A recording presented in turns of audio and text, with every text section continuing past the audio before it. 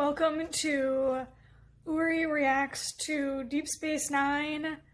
Here we're going to get into Season 3, Episode 12, Past Tense, Part 2. The name is Bell. Gabriel Bell. This is why Cisco is one of my top captains.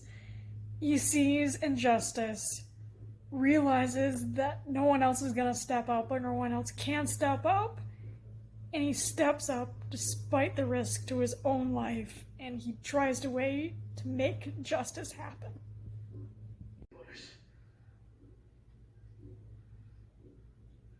I just want to make it home in one piece. This entire story, they don't sugarcoat anything, and they state the realism of, like, it feels real. This isn't some fancy space adventure, this is an actual hostage crisis. So much for our peaceful demonstration. I know it's not what we talked about, but it's what happened, and now we have to deal with it. I really appreciate Cisco's response to a peaceful protest going violent of, it's not what we had in mind, but it's what happened, and now we need to find a way to move forward, and how can we help those who need help the most, and how can we make sure that no one else gets hurt. I've got to get down there. What are you talking about? My friends are in there. I know they are. Get yourself a friend like Dax.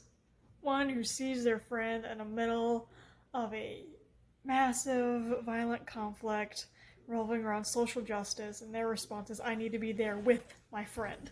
I feel ridiculous. Well, Oh, she looks ridiculous. what? Personally, I'm thinking Tasmania. Tasmania? Mania. Errol Flynn was born in Tasmania. Okay, you can go to Tasmania. I just wasn't expecting that as your first go-to spot. House in Singapore. Jobs? You guys want jobs? When are you going to get it? There are no jobs. Not for us, anyway. They'll find jobs. They'll have to. This takes place in 2024. In about 4 years from now. Interesting. Find a way to deal with that stress. It's sure to be a lot healthier for you in the long run. No kidding. Cisco threatening someone with basically anger management therapy advice. It's kind of terrifying. I've reinstated. It's asking a lot. I don't think so. It's not that hard. It shouldn't be that hard to help people out who need help and make sure that we have systems in place in order to help the poor and those who just can't get their feet on the ground. Cynic. You really are a doctor. Oh yeah, he's a doctor. Behind that goofy exterior is just a heart of gold that just cares so much about people. He'll make sure you're okay. But I think about him all the time.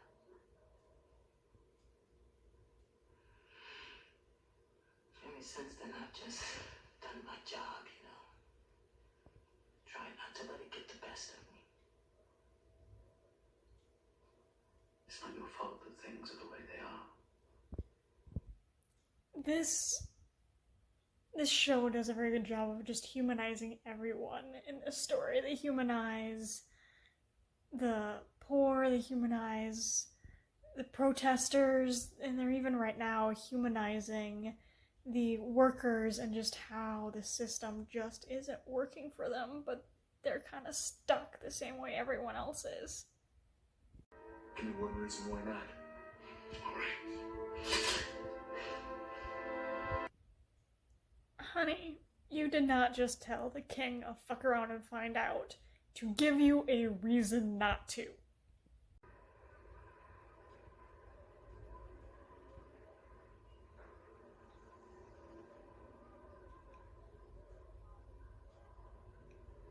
Okay, every time that they come down, is it gonna be that they're completely wasted on something? Because in the 20s they came down and they was drunk, and now they came down and these guys are clearly high on who knows what. Is the next time they're gonna come down, are they gonna be... What? This... Once was okay, but twice is just hilarious. Fellas, but I'm in love. Jazia, you know her? Oh, this is why you need a gay best friend to cockblock dicks like him. Myself. Little Coleridge. Biddle? Hey! Biddle? Okay, you've been a dick the entire show. But I'll give you a pass this one time, because Diddle is a stupid name. Sorry for anyone who has that name. Also not sorry. Hello? There's nobody here. If you didn't want to be found, why are you talking? I'm invisible. You say so.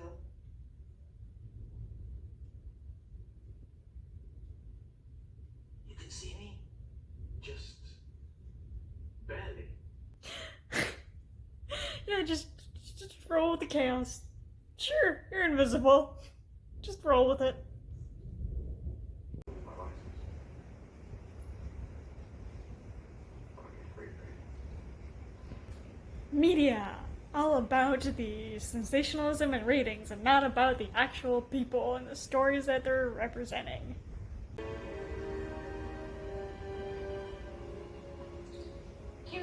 No one's drunk or high or anything.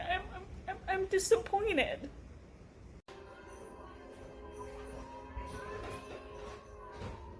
How could we let this happen? The question is, how do we stop it from happening again? These are very two good questions about when tragedy strikes.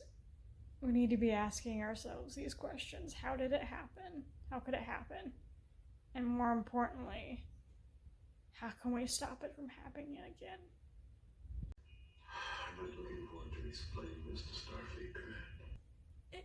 Shouldn't Starfleet just be used to their commanders just getting into time shenanigans? Like, how many times has this already happened? This is why I love Star Trek. These 2 episodes.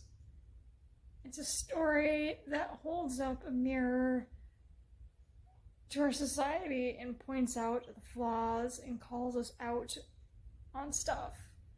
But at the same time also gives us hope and humanity for a better future.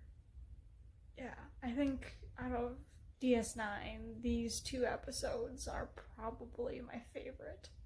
We'll have to see how the rest of the series ends, but these 2 are...